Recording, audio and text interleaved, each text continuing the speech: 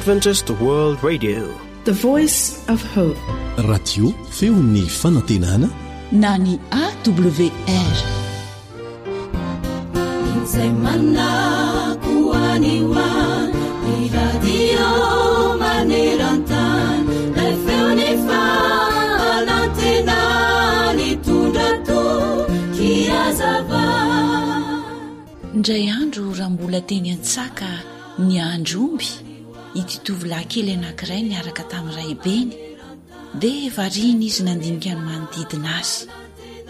Zavatra anankiray nefa ny tena nahasarika amin'ny mason'ilay zazalahy kely. Tsy kariny fa nisy zavatra kely ny kiravoravo teo amin'ny taon'ny hazo kely anankiray dia ny doniany akaikikaiky kokoa izany. Taitra no sady faly ilay tovolahy kely raha nahita fa indro nihetsika ilay zavatra ny kiraviravy ka niantso mafy andraibeny izy mba hiaraka hijery izany aminy.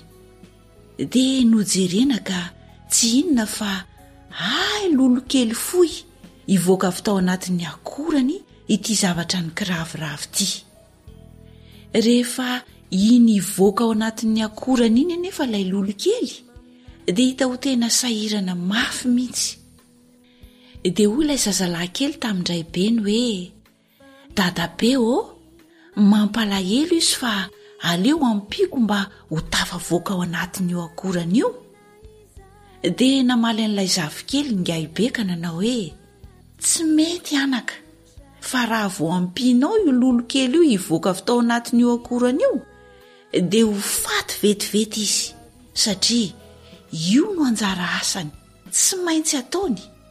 Hitanao, io izy miady mafy io mba ivoahan'ny elany, hoy ihany dadabe ny nanazava. Na dia mety ho ela sy mafy aza ny anaovan'io lolo kely io izany, dia hanampy azy ny fanaovany izany samirery, satria izay no hahatonga azy hitombo sy hatanjaka tsara avy eo. Izay no nanaovan'Andriamanitra azy. Eny ry mpiaino namako, tahaka ity lolo kely ity koa sika. Mety ho sarotra ny lalana diavinao, mety ho sahirana ianao, saingy ianao rery ihany no afaka hioatra na handresy izany. Tadidio fa ianao rery ihany no afaka misafidy ny ampiasa na tsy, ka ampikopaka ny elatrao ahafahanao manidina.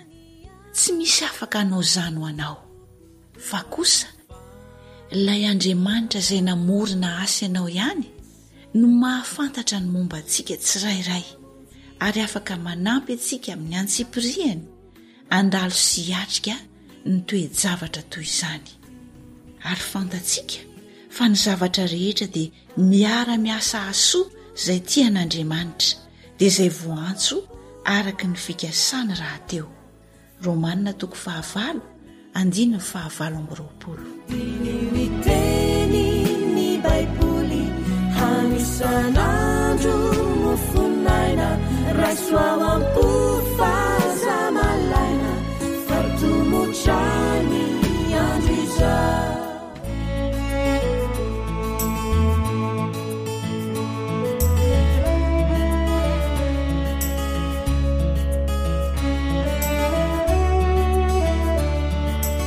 Rija malala vatosoa.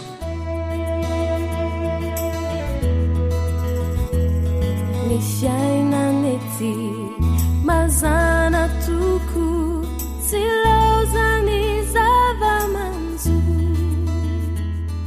impirino kivy mila moifo, adino lay tompo tsy to. Lantsarotra mianjady aminao, tsy hoe tsy fitiavany anao, navelaniseho reo ho fianaranao, alnefena toetra vaovao. Mbola isy maraina vaovao, andimby ny aliny tatao. Mbola isy maraina vaovao, voatendry ny ho anjaranao.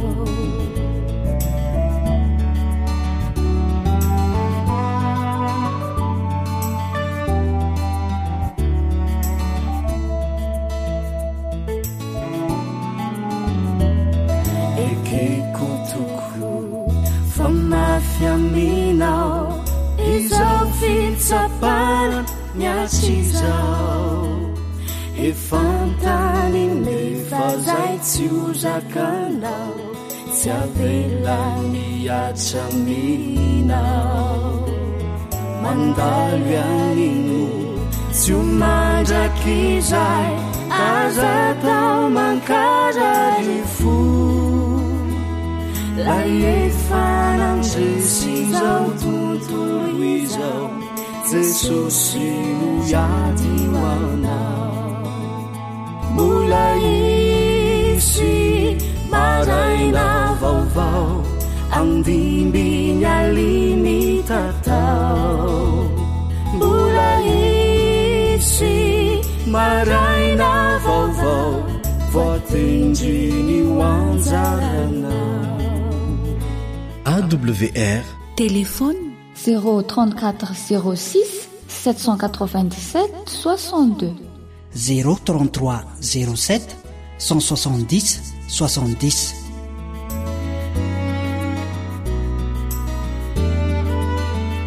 mbola isy maraina vaovao andimby ny aliny tatao mbola isy maraina vaovao voatendriny hoanjaranao voatendriny hoanjaranao voatendriny hoanjaranao AWR feony fanantenana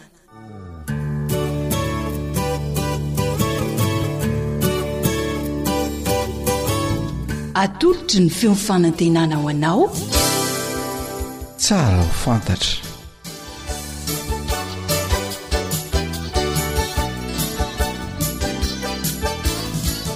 ny fiainako sy ny lalàna ny fiainako sy ny lalàna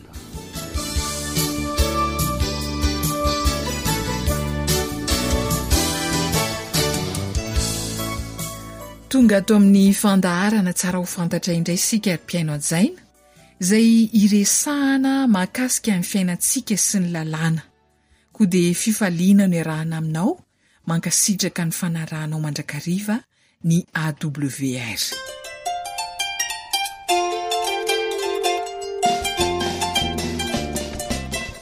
fato no isarahana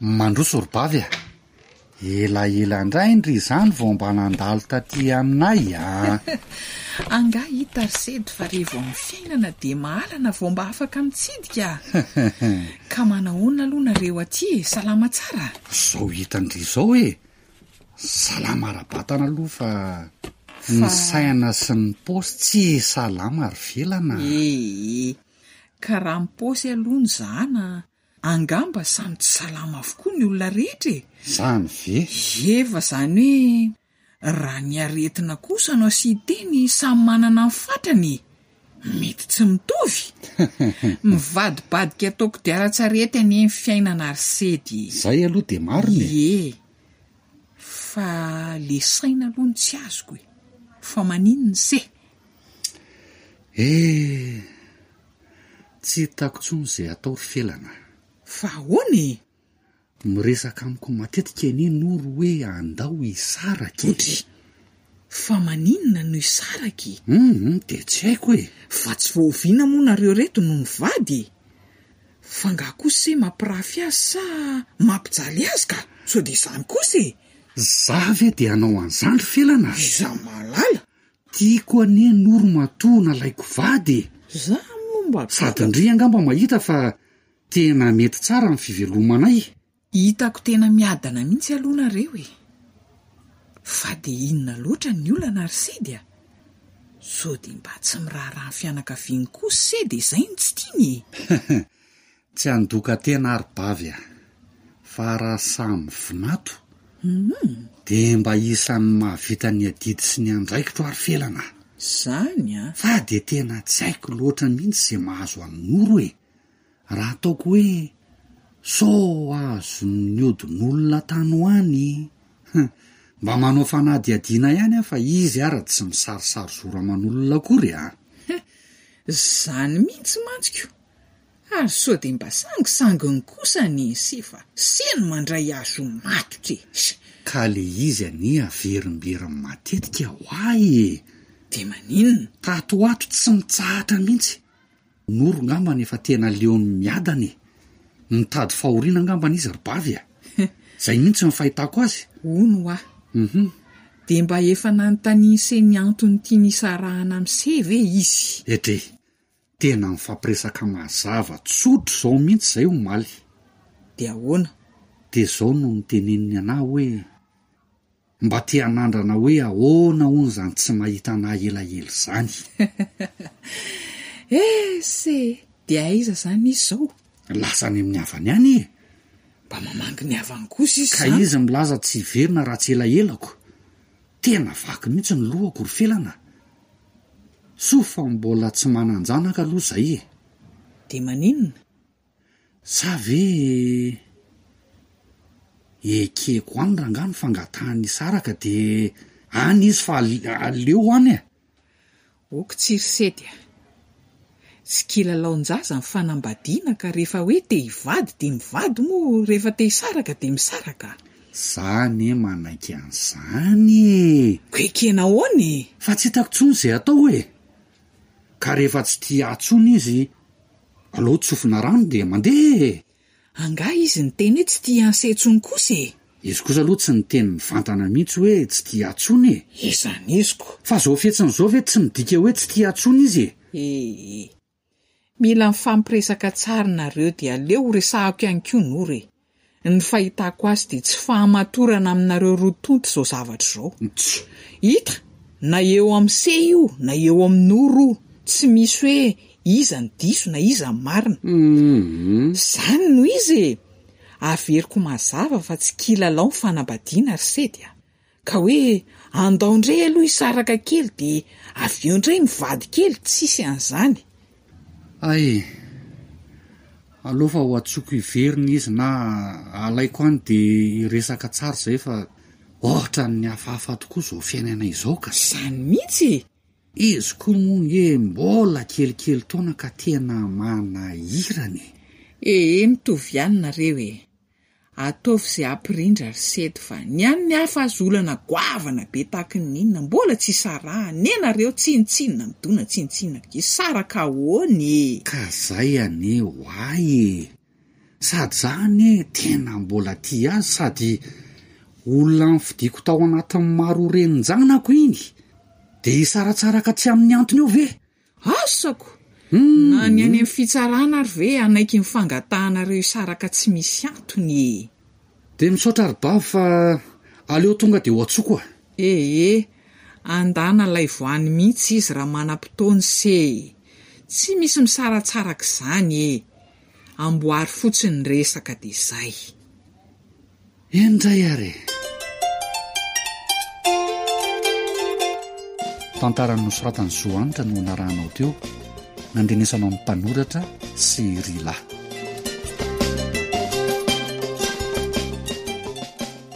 ny firariantso ataontsika malagasy amin'ireo mpivady vao matetika de hoe ho lambana koa ny eny fiarahanareo ka ho fato ny isarahana ny sitrapon'Andriamanitra sy ny firariana nataony ho an'ny tokantrano miorina rehetra ihany koa de ny mba aharitra kanefa matetika de tsy tratra izany tanjona izany fa misy tokoa ny fisarahana eny fa na de ny baiboly aza de manambara fa misy antony ahafahan'ny mpivady misaraka na de tsy zay ary no nanondrena n'ilay mpahary ny tokantrano ny tokantrano manahoana ihany koa ny lalàna misy eto amintsika eo anatrehan'izay resaka fisaraha-panambadiana izay asaintsika vetrany ny mpahay lalàna anazavy zany miaraka amin'ny namana rila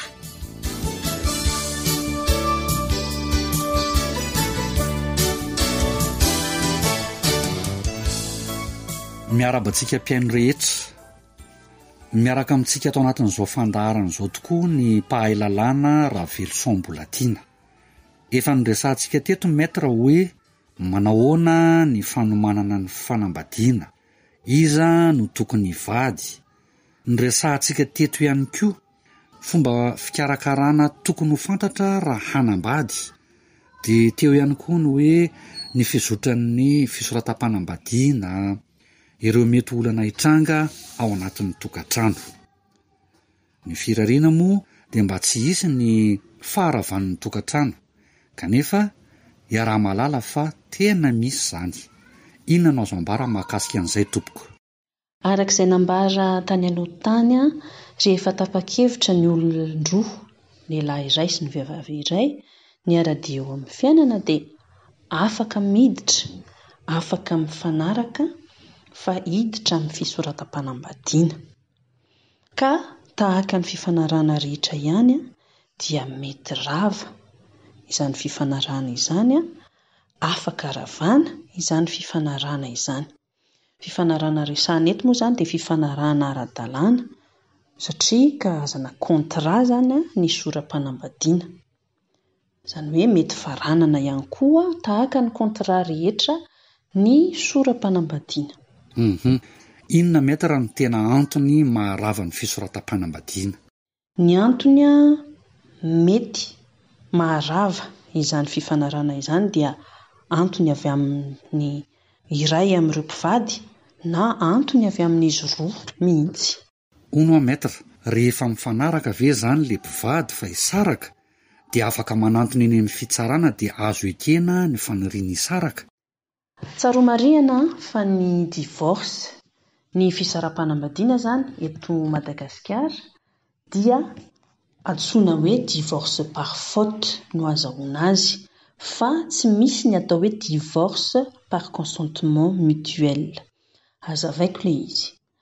Ny atao hoe divorce par faute dia tsy maintsy misy fahadisoana avy amin'ny andaniny sy ny ankilany, na avy amin'ny andaniny na ny ankilany vao azo atao ny misaraka, vao azo izany io fisaram-panambadiana io. Ny divorce par consentement mutuel kosa dia fifanarahana eo amin'ny roa tonta, izany hoe andaontsika hisaraka. Ka eto Madagasikara izany dia tsy misy an'io karazana fahazahoana ny divorce io, fa ilay divorce par faute no manan-kery eto amintsika. Eo amin'izay ilay divorce par faute izay tompoko, izavy izany no afaka mangataka n'ilay fisaram-panambadiana. Eto Madagasikara ihany koa, rehefa hangataka fisaram-panambadiana dia tsy maintsy manam-porofo ny fisian'ilay fahadisoan'ny ilay vady izany, ka ny mpangataka n'ilay fisarahana no mitady ilay porofo entiny eo anivon'ny fitsarana mba ilazany fa nisy fahadisoana izany nataon'ilay vadiny. Dia inona avy metatra no antony ahafahana mangataka n'ilay fisaram-panambadiana? Ao amin'ny 1990 sy ny manaraka, ao amin'ilay lalàna voalaza teo ihany dia ireto avy no antony ahafahana mangataka fisaram-panambadiana. Rehefa tsy nanatotosa na tsy nahatanteraka ny adidy aman'andraikitra mahavady azy ny iray amin'ireo mpivady, ka izany tsy fanatotosana izany dia mahatonga ilay mpangataka izany, ilay vady tsy mahazaka intsony ilay fiaraha-miaina ao an-tokantrano, ilay fiainana ao an-tokantrano. Ary io iray amin'ny mpivady izay tsy nahazaka ny fihazonana ny fanambadiana io no mampiditra ilay fangatahana fisaram-panambadiana, ny divorce izany eny amin'ny fitsarana ambaratonga voalohany. Fanamarina kely tiako entina tsitsitsitsitsaritra, matetika ny olona rehefa tonga manantona anay moa izany hoe hanao divorce dia teny izy hoe maître, za andeha te hamafa divorce. Maro ny olona miteny an'izay dia ahitsoko kely izany ilay izy, tsy ny divorce ny fafana fa ny soram-panambadiana. Izany hoe rehefa manantona mpahay lalàna izany ianao dia hoe hamafa soratra, ngamba ny fitenenana azo atao kokoa no hoe andeha hamafa divorce. Hamafa soratra zany ny fiteny fa tsy hamafa divorce. Mbola misy antony hafa ahafahana mangataka fisaraha-panambadiana ihany koa ve maître? Antony iray hafa izay ampy tsara ahafahana mangataka ny fandravana ny soram-panambadiana dia ny fampirafesana. Manarak'izay ny sazy ara-keloka matetika na amin'ny ankapobeny ny sazy ara-keloka behivavy izay atao hoe peine afflictive et infamante izay avoaka ny fitsarana misahana ny adeloka behivava zany amin'ny ankapobeny toy ny fanamelona ho faty, ny sazy an-tranomaizina mandra-pahafaty, ny fanamelona hanao asan-terivozina ao anatin'ny fotoana voafetra na mandra-pahafaty, ny fahaverezan'ny zoma olom-pirenena. Ireo dia antony ahafahana ary ampy tsara angatahana ny famafana ny soram-panambadiana. Mariko anefa fa raha toa ka voapirofon'ilay vady izay ampakarinao eny amin'ny fitsarana zany fa tsy nahatonga ilay fiainana tao tokantrano ho tsy zakanao intsony ireo antony izay nitanisainao, dia anjarany ny mpitsara mandray an'ilay dossier, mandray an'ilay fangatahana no mandanjalanja sy manapaka raha azo raisina na tsy ireo antony nangatahanao ny divorce ireo. Mankasitraka indrindra tompoko.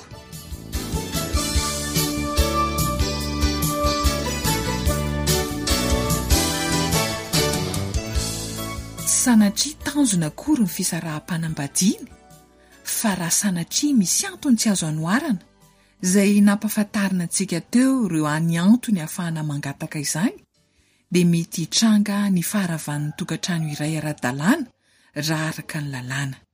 Ny firariana dia mba ho lampana kotokoany ny tokantranontsika tsirairay avy, tsy ho tratra nefa izany raha tsy arahantsika vavaka sy fifankatiavana ary fifandeferana. Ifarany eto indray ary ny fandaharantsika ahafantarana bebe kokoa ny tokony ho fiainantsika eo anivon'ny lalàna. Isaorana Maître Ravelson Mbolatina nanazava izany tamintsika malagasy. Isaorana ihany koa ianao mpiaino manjoy hatrany ny AWR. Zoanitra sy relano ny farimbona na atontosany tsara ho fantatra androany dia mametraka mandra-pitafa samy ho tahian'Andriamanitra toko.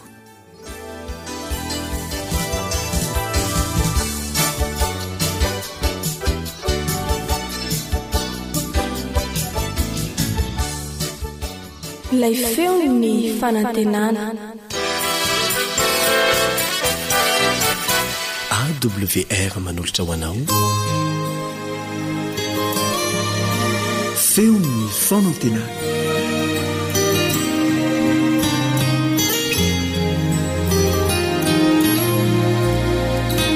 Fifaliana lalandava ao anay ry-piaino malala ny miaona aminao amin'ny alalan'ity fandarana izay atolotry ny radio adventiste maneran-tany ity. Maniry ianao koa ahita fifaliana eo mpanarana izany eo amin'ny lafin'ny teknika moa ny namana Sam, manolotra kosa Yolande Ratsurmana.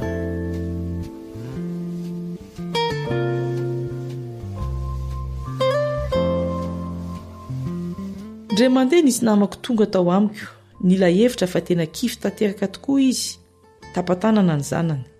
Manana avina dokotera mpandidy izy, ary avany akaiky tokoa izy io, saingy rehefa natsonony amin'ny telefony io dokotera mpitsabo io, dia tsy namaly mihitsy, mbola sahirana angamba. Nantsony indray ny ramatoa vadiny, dia azony tamin'ny telefona, ary nilaza fa ampitany afatra. Kanjo dia tsy nisy toyny mihitsy, ary samy tsy azo ao telefona ntsony izy mivady ireo. Tsy mbola tratran'izany angamba ianao, fa mafy ihany ny manana ny marary. Ireo mba natenena nampy tsy hita isarangotana. Tsy fanomezantsiny izany satria samy manana ny fahasahiranany. Ary na ao amin'ny baiboly aza dia efa nisy tantarany seho tovitovy amin'izany. Koa melohany ihany koa afa-tsika ny tenin'Andriamanitra dia hivavaka aloha isika.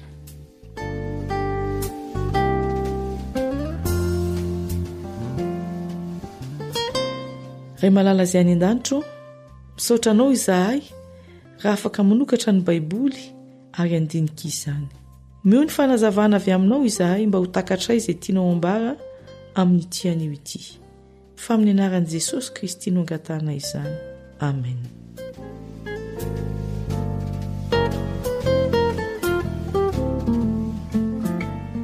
Raha vao manompoka ny filazantsara izay nosoratan'ny apôstôly Jaona, dia izao no lazainy ao amin'ny Jaona 1:20. Filazantsara nosoratan'i Jaona 1:20. Tonga tany amin'ny azy izy, fa niasy tsy nandray azy. Jesosy ny resahana eto. Rehefa nanasitrana Jesosy, be deaibe ny olona nanaraka azy. Rehefa nanao fagagana izy, hitangona ny olona. Rehefa nizara sakafo Jesosy, tsy nisy ny alana nandositra, fa samy andry tsara daholo ny olona mipetraka hihinana. Izany ny olombelona. Ahoana hoy ny Ntaolo Malagasy? Avako raha misy patsa. Fa rehefa tonga kosa ny fiampanganan Jesosy, rehefa nandalo zavatsarotra izy, inona ny zavanitranga? Tsy hita daholo ireo olona mpanaraka azy, na ny mpianany akaiky aza tsy azony ny anteherana. Nentin'i Jesosy teo amin'ny sary Getsemane ny mpianany mba hiaro-tory hivavaka aminy. Inona no niseho? Nahatory ny mpianatra. Tsy nahavita ny aro-tory ny vavaka niaraka tamin'i Jesosy, kanefa mba neto nampahery azy izany, ary neto nahasoa ny mpianatra koa, fa Jesosy rery no nitolona ny vavaka. Rehefa nentina teo anatrany mpisorona be indray Jesosy, dia nijanona tany ivelany Petera, izay mpianatra mahery fo tokoa. Avy eo nasena niditra Petera, ary nanontaniana raha mpianatra Jesosy izy. Indrisy nefa, intelo ilay Petera mafana fo no nandahan'i Jesosy. Nilaza fa tsy mahafantatra azy akory. Ary nisy mpianatra hafa koa izay tsy nijanona niaraka tamin'i Jesosy, fa nivoaka ny alina teo amin'ny efitra nisy azy. Nefa ireo mpianatra ireo dia efa samy lokaloka fa naraka an'i Jesosy amin'ny androny manontolo. Rehefa nombona teo amin'ny hazo fijaliana indray Jesosy, toa tsisy mpijery. Ilay jiolahy teo an'ilona no mba nijery azy. Ny sisa nitazana teny lavitra teny. Matetika isika dia mentehitra amin'ny olona malaza, manam-pahefana, na koa mentehitra amin'ny havana, namana tsy mifankafohy. Kanefa rehefa tonga ny loza dia diso fanantenana, fa niantehitra tamin'ny hazo boboka hoy ny fitenenana. Izao no voalaza ao amin'ny Salamo 5:7. Salamo 5:7. Aza mahatoky ny lehibe na ny zanak'olombelona izay tsy mahavonjy. Izao kosa ny voalaza ao amin'ny tenin'Andriamanitra ao amin'ny Salamo ihany. Salamo 120:2. Salamo 120:2. Izao dia ilazan'i Jehova hoe: fialofako sy batery fiarovana ho ahy izy, ary Andriamanitro izay tokiako. Ny tenin'Andriamanitra izany dia mampirisika ahy ary mampirisika anao koa mba hametraka tanteraka ny fitokisana amin'Andriamanitra. Izy no fialofana azo anteherana, tsy mandao azo antenay. Jaona 5:20. Filazantsara nosoratan'i Jaona 5:20. Jesosy no miteny eto: ary ilaozanareo irery aho, kanefa tsy irery aho, fa ny ray ato amiko. Izay manana an'Andriamanitra dia tsy mba irery na oviana na oviana. Noresantsika teo fa rehefa tao Getsemane Jesosy dia natory ny mpianany. Niady-tsaina Jesosy ka izao ny voalaza ao amin'ny Luka 2:20. Luka 2:20. Raio, raha sitraka-ao dia hisory amiko ity kapoaka ity, kanefa aoka tsy ny sitrapoko anie no atao fa ny anao. 7. Ary nisy anjely avy tany an-danitra niseho teo aminy ka nampahery azy. Amin'ny fotoana mafy indrindra sy mahirery indrindra ny tena, rehefa mitoraka eo amin'Andriamanitra dia tsy irery na oviana, fa mandefa anjely Andriamanitra mampahery. Na dia tsy esorin'Andriamanitra aza ilay fahoriana, ilay olana, ilay zavatsarotra, satria izy mahalala ny antony, mampahery sy mitsinjo kosa izy, alefa ny anjely hiambina sy hikarakara. Rehefa teo ambony azy fijaliana indray Jesosy, dia toa navela irery teo izy, toa tsisy mpiahy. Ny teny farany nataon'i Jesosy melon'ny hafatesany dia ny hoe vita. Voasoratra izany eo amin'ny Jaona 7:30. Fa melo io fitenenana hoe vita io dia andalana roa amin'ny salamo no voasoratra amin'ny filazantsara fa no tenenin'i Jesosy. Ny voalohany dia salamo 2:20 manao hoe Andriamanitro, Andriamanitro, nahoana no dia mahafoy ahy ianao. Ary ny faharoa dia voasoratra ao amin'ny salamo 2:35 raiko eo an-tananao no atolotro ny fanahiko. Nahoana moa no teny avy ao amin'ny salamo no tenenin'i Jesosy mialoha ny alan'ny ainy. Inona ny dikany teny hoe salamo? Ny atao hoe salamo izay avy amin'ny teny Grika dia hira ampiarahana amin'ny zava-maneno. Ao amin'ny Baiboly Hebreo indray dia azo adika hoe hira fiderana ny bokin'ny salamo. Koa na malahelo ianao na faly dia afaka maneho izany amin'ny alalan'ny salamo, amin'ny alalan'ny hira izany. Ny salamo dia azo lazaina koa fa antso ataon'ny olona amin'Andriamanitra, ary na dia hoe atao amin'Andriamanitra izany dia henon'ny olona manodidina koa. Mazava amintsika ary ny antony nahatonga an'i Jesosy tsy nanono nandininy ao amin'ny Genesis na any amin'ny Exodosy na any amin'ny mpaminany, raha teo amin'ny fotoan-tsarotra indrindra teo amin'ny fiainana izy, fa salamo no irainy. Efa nisy tao amin'ny fianakaviako rehefa nanomboka ny alaina ny olona iray, dia natao ilay hira hoe atolotro anao ny tenako raiko. Ary nanampy be dehibe izany, ary nanome hery ny fianakaviana koa. Ohatra lehibe ny napetraka Jesosy, ary tokony ho latsaka ao am-pony tsirairay, mihira fiderana. Ireo salamo roa izay nataon'i Jesosy teo amin'ny azo fijaliana ireo ngeka tsy famoiza-po, fa fanantenana tanteraka ary fahatokisana koa.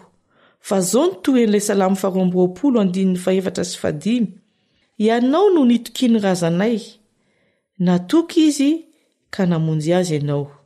Ianao no nitarainany ka afaka izy, ianao no nitokiany ka tsy menatra izy. Ary ny toen'ilay salamo 130 lay nataon'i Jesosy dia zao voalaza eo amin'ny 9 ka hatramin'ny 9. Halako izay mivavaka amin'ny sampy, fa Jesosy kosa no itokiako. Hifaly sy ravoravo amin'ny famondraponao aho, fa nahita ny fantrako ianao ka nahafantatra ny fahoen'ny fanahiko. Ary tsy mba nangejahy teo an-tanan'ny 9, fa efa nampitoetra ny tongotro eo amin'ny malalaka ianao. Koa ito mpamaranana ary dia te hira ilay larana 715 ao amin'ny firana FFPM aho manao hoe Jesosy akaizanay, Jesosy anay, sady tsy mahafoy, Jesosy anay. Raha ny olona mety mandao anay, Jesosy no tsy mandao, Jesosy anay. Amen. Mbola iara-mivavaka isika.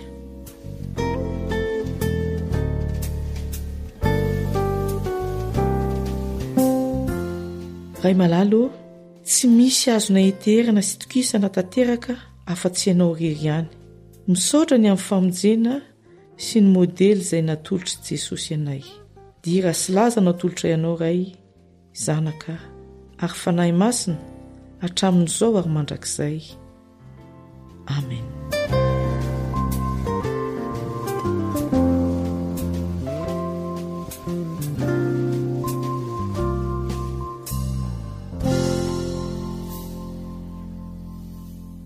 Wanaminizatsoko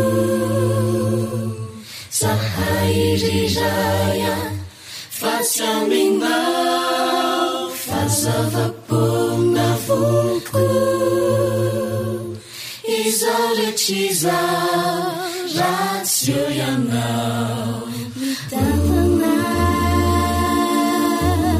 sy manururana ankehitriny zahay panompona tsaotra sy dera fa tsy avelanao etoetra irery tsy misy pitsetra fa tony namana tsy mba harina sady malala indrindra tsy takatriny sainay ny fity avana. Song and Music for Christ. Wanyaminiza toko ireundry vitsy miandranao te ampitrakanelo fanampalante nainatrizay fa hoavyanao hakanivoavutra ankehitriny zahay mpanompona manaty tsaotra sy dera fa tsy avelanao etoetra irery tsy misy pitsetra fa tony namana tsy mba harina sady malala indrindra tsy takatriny sainay ny fity avana. Wanyaminiza yanao risakaizatina o andarao tsy mba mamila fila ilay tomponao tsary indrindra andramore fisitianao ane ankehitriny zahay mpanompona manaty tsaotra sy dera fa tsy avelanao etoetra irery tsy misy pitsetra fa tony namana tsy mba harina sady malala indrindra tsy takatriny sainay ny fity avana.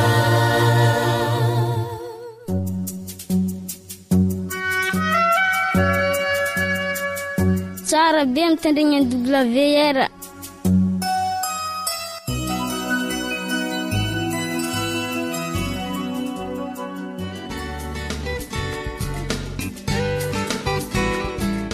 Fianakaviana fon'ny fiarahamonina.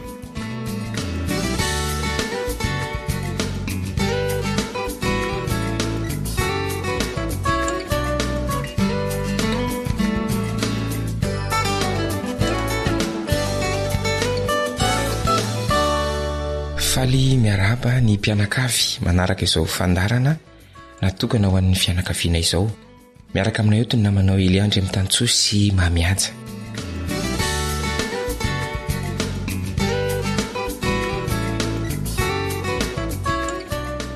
Noresantsika tamin'ny fandarana teo aloha ny momba ireo fitsipika fototra mahatonga ny tenitsika, ny afatra alefantsika, ny resaka ifanaovantsika amin'ny hafa mba hanana vokatra tsara eo aminao izay miresaka sy ny olona ifampiresahanao.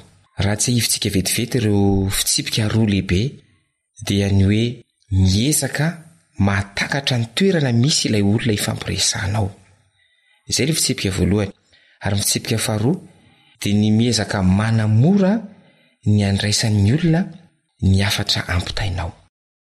Mba hanamora ny fifizantsika ny fampiarana ireo fitsipika roa izay voalaza teo dia misy fanamariana roa tsara ho fantatra.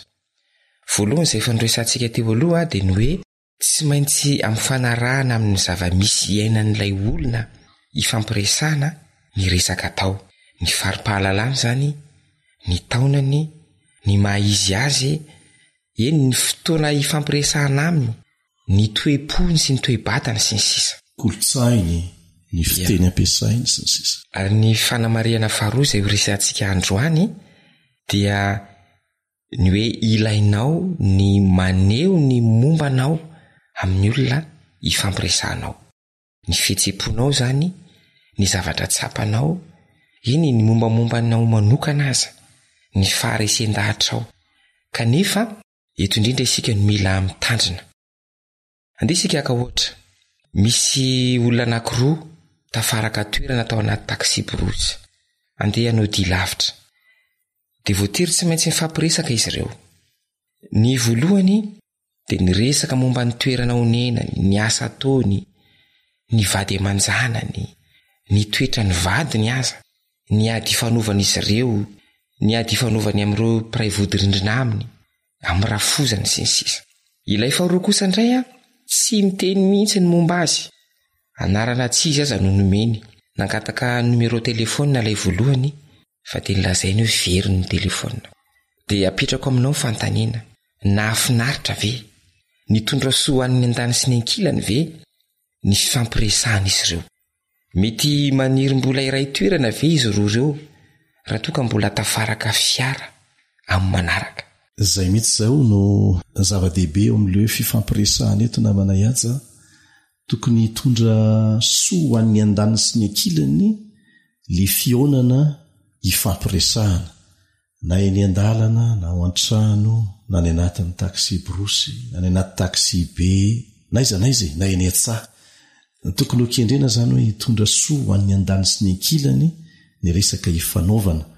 Ary izay no mazava-dehibe hoe ilaina mihitsy manana fahendrena amin'ny fifampiresahana. Ka eto le hoe fanehoana ny momba ny tena amin'ny hafa.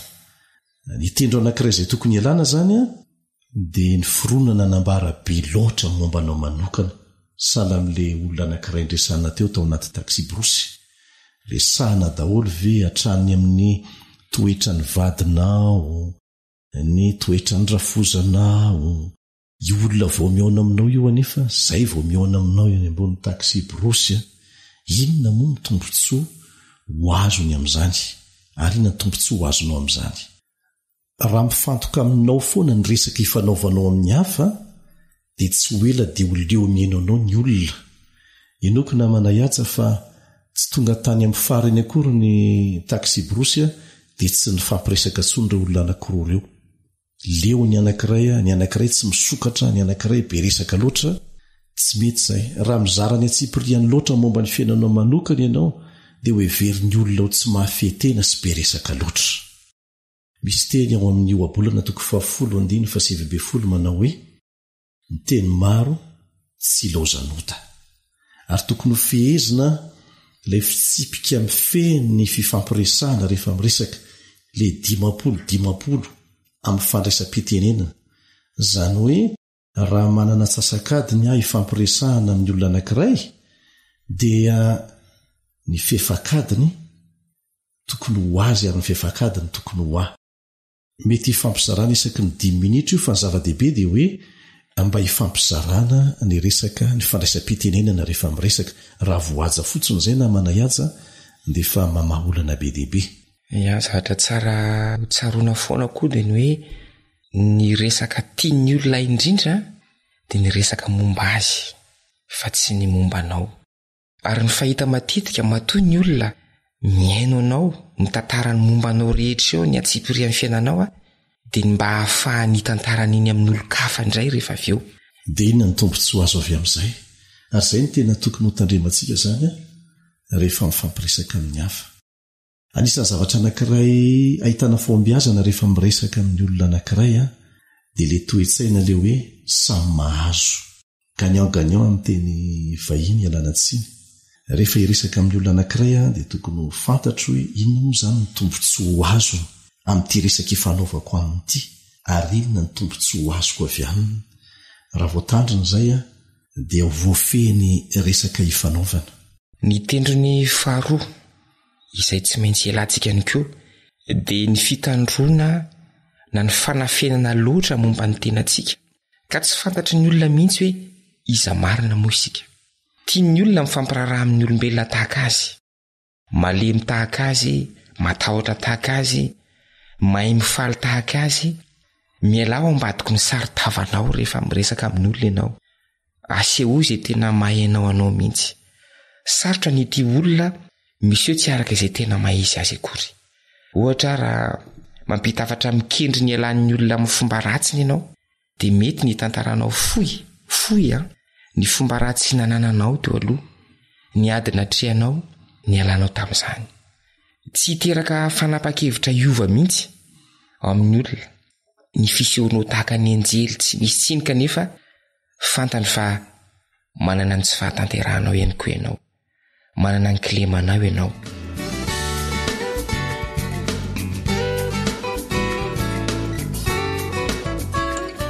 Andeha hiverina antsika vetivety ary ireo tendrony roa tokony ialana rehefa maneho ny tenantsika amin'ny hafa isika.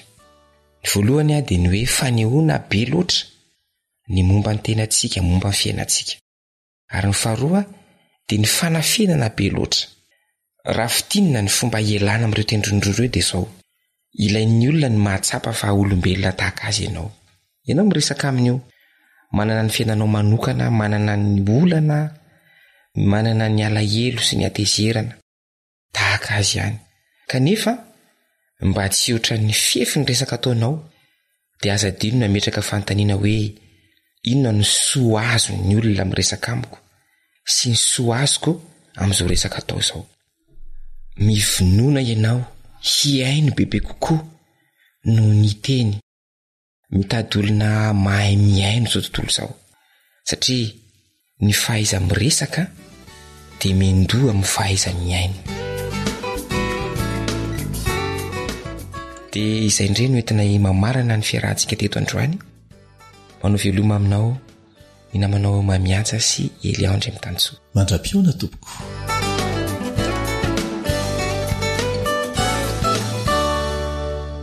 Ankoatra ny fiainoana amin'ny alalan'ny podcast dia azonao atao ny miaino ny fandaharany radio AWR Sampananteny Malagasy isanandro amin'ny alalan'ny YouTube. AWR feon'ny fanantenana.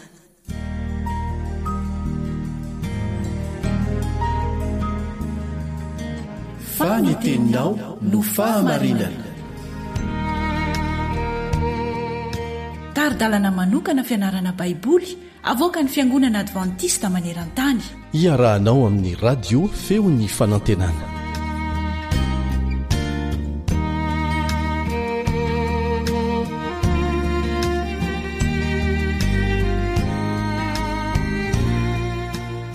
Hifarana indray ny fiarako aminao nandritra ny andro vitsivitsy. Tao anatin'ilay lohateny lehibe mamita hiraka amin'ireo izay tsy mbola nandre ny hafatra, fizarana faharoa.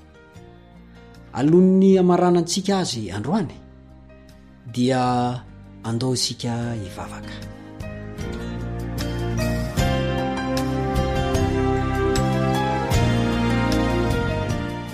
Raina izay ny an-danitra misaotra tamin'ny lesona izay nomeno anay fa tena matsiro, tsara, mahafinaritra ny lesona. Ary misaotra fa nahazo lesona tsara hoentinay miaina eo am-piandrasan'i Jesosy Kristy eny amin'ny rahony lanitra izay. Dia okanao amela ny fahadisoa, ny fahotana, ny tsy fahatanterana ary ny fitsilamin-damoana hatramin'izay.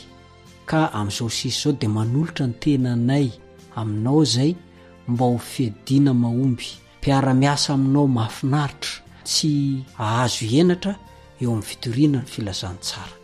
Misaotra anao amin'ity namako ity fa olona mazoto izy hianatra ny tenin'Andriamanitra miaraka amiko. Dia taio izy sy ny ankonana. Amin'ny anaran'i Jesosy no angatana izany miaraka amin'ny famelan-keloka. Amen.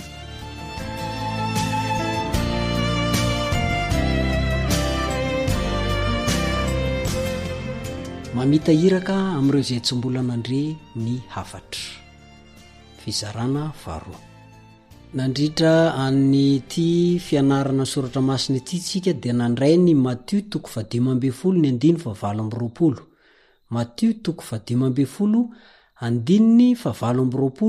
ho andininy fototra atao tsy anjery ho famerimberina zany ary tsara mihitsy ny anarantsika n'ilay tsy anjery satria raha ho avy ny fotoana tsy hafanao mampiasa baiboly tsony na ko tsy anana baiboly tsony ianao dia efa mipetraka tao anatin'ny sainao tony andininy tony dia ireny no ampatsahivo ny fanahy masina aminao indray amin'izay fotoan'izay mba hafanao mandresy lahatra mitory ny afatra na an-tanan-dehibe na ambanivohitra. Matio 10:20 amin'ny anaran'i Jesosy. Dia namaly Jesosy ka nanao taminy hoe raha vehivavy lehibe ny finoanao tongava aminao araka izay irenao dia sitrana ny zanany vavy tamin'izay ora izay. Noresantsika tao fa Andriamanitra dia tsy mitsahatra ny mitady ny zanany izay very hatrany amin'ny andron'ny Adama sy Eva ka mandra-pahatonga azy eo amin'ny rahoan'ny lanitra. Ary zaso ianao zao no fitaovana ampiasainy irany itety zao tontolo zao, irany hiakatra ny tanan-dehibe, irany hoany ambanivohitra. Maro nefa isika no tsy miraharaha matahotra misalasala ny eo amin'ny hoe atao ahoana ny fitorany amin'izany andrenivohitra zany, indrindra hoe hitory amin'ny olona tsy mitovy firazanana amintsika, mitory amin'ny olona tsy mitovy saranga amintsika, mitory amin'ny olona ambony lavitra no isika. Ao ihany koa tsy hoe fisalasalana ohatr'izay ihany fa matetika ny fanavakavahana mihitsy. Misy amintsika ny atao hoe avonavona ampo, tsy te hifandray amin'olona. Nefa isika zao dia lazainy tenin'Andriamanitra fa ho fanilo sy fahazavana ho an'ny firenena. Tsy afaka isika, tsy maintsy mitory isika na tiantsika na tsy tiantsika. Hoy Paoly zay hoe lozako raha tsy mitory ny filazantsara. Ary misy andininy anankiray koa amin'ny Baiboly, voaozina ozy izay tana sabatra ka tsy mandatsatra. Nomena asy anao ny famarinana, andao zaraina amin'ny manodidina antsika ny hafatra, mba ho fantatra izy ireo ihany koa ny fahamarinana. Fa nahy maro ane no mipepipepy mitady fanantenana fa tsy mahita amin'izao fotoan'izao, indrindra ny any an-tanan-dehibe. Hietsika ve ianao sa tsy hetsika? Mbola tory ihany ve? Mbola nontanana ihany ve? Loza ho antsika raha tsy mitory ny filazantsara isika. Kristy dia efa nanome ohatra fa ny alany teo amin'ny toerana nisy azy rehefa vita ny teo dia nakany amin'ny toeran-kafa izy, Tiro sy Sidona zany. Faritany jentilisa, nisy jentilisa manam-pinoana tao fa saingy nilan'ny Kristy nanao ny asa fitoriana tany amin'ny nisy azy izy. Toy izany koa nge zasy ianao io maro ny olona mitady antsika, maro ny olona mila antsika hanokabava amin'izy ireo. Dia ho hitanao fa kay tena manam-pinoana reto olona reto, ay tena mitady an' Jesosy reto olona reto. Ary io tsy asiana fanavana fa izaso ianao dia mila mitory an' Jesosy manambara ny afatra ny filazantsara amin'izay rehetra mety ho taranaka Adama sy Eva rehetra. Koa fadio zany ny anao tahaka ny mpianatra, fa rehefa nanatona an' Jesosy ilay vehivavy dia ny roay ihany i Jesosy manavakavaka. Tsy azo atao zany, tsy azo atao zany satria Andriamanitra nge mahafantatra matoa izy maniraka anao amin'ireny olona reny dia fantany ny finoana nanany olona, fantany toe-pon'ny olona tsirairay avy. Dia tsy isika indray zany no hanavakavaka melohan'Andriamanitra, kanefa Andriamanitra tsy manavakavaka. Tadidy tsara fa azon'Andriamanitra atao zany ny manatotosan'io asa io na dia tsy handray anjara ary sika. Kanefa tombontsoa lehibe ho antsika no mpiara-miasa amin'Andriamanitra. Ary fatiantoka be ho antsika raha ohatra ka itodi-damosina zany iraka zany sika mpiara-miasa amin'Andriamanitra sika zay ny tena tsara ary ny hanao mpianatra no antom-pisintsika tsy hanavanana iza na iza zany fa rehefa mety olombelona taranaka Adama sy Eva de mila itorianao ny afatry ny filazantsara ampafantaro an Jesosy reny koa antsoin'Andriamanitra zany sika ivoaka mifaritra misy antsika am'izay ilaza ny afatr'Andriamanitra anambara ny fahatsaran'Andriamanitra ampafantatra ny fahazavana de ny famarinana ara-tsoratra masina ilaza fa ho avy Jesosy ilaza fa misy zany Jesosy afaka mamonjy ny olona rehetrarehetra zany mba vonina ve ianao ilay boky fitiavana mandresy takila fa 720 de toy izao no teny voasoratra ao teo am'ireo zay nataony jiosy hoe mpanompo sampy de nisy olona zay natakatra bebe koa ireo faminaniana tao amin'ny maha-panafaka ny fahotana azy niezaka ny andinika ireo zava-miafy ny fampompivavana Hebreo ireo mpanao filozofia nefa nanakana ny fiparitany fahazavana ny fitopoanteny fantatra nasehon'ny jiosy eto zany ny jiosy no lasa vato misakana ny fiparitany fahazavana sy ny fahamarinana lasa tsy fantatr'olona zany hoe misy Mesia ho avy zany misy zany zanak'Andriamanitra ho tonga nofo zany hamonjy ny olombelona rehetra zasy ianao koa mety ho tratrany eo aretiny eo rehefa tia manavakavaka loatra miavonavona am-polo oatra mandositra tahaka ny Jona ihany koa ao amin'ny boky Review and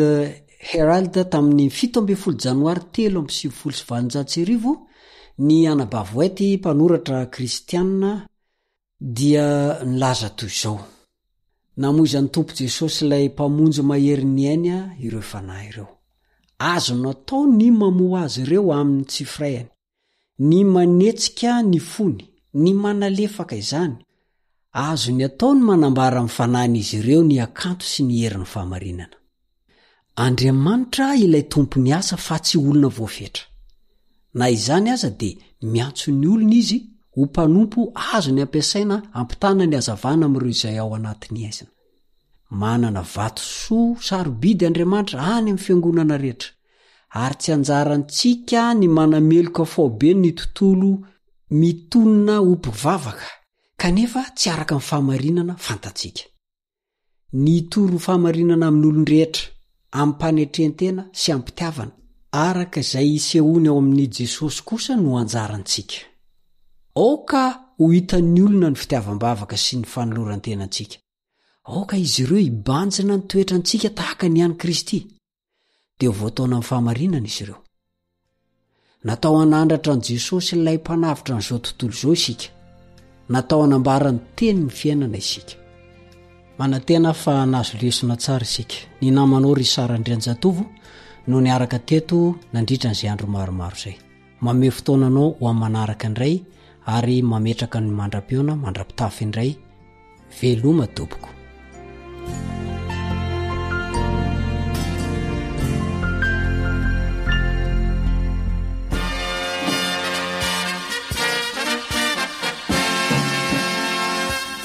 Adventist World Radio, the voice of hope. Radio feony fanantenana. Ny farana treto ny fanarahanao ny fandaharan'ny radio feo fanantenana na ny AWR amin'ny teny malagasy azonao atao ny mamerina miaino sy maka maimaimpona ny fandaharana vokarinay amin'ny teny pirenena mihoatriny 100 amin'ny fotoana rehetra raisoaryn'ny adresy ahafahanao manao izany awr.org na feofanantenana.org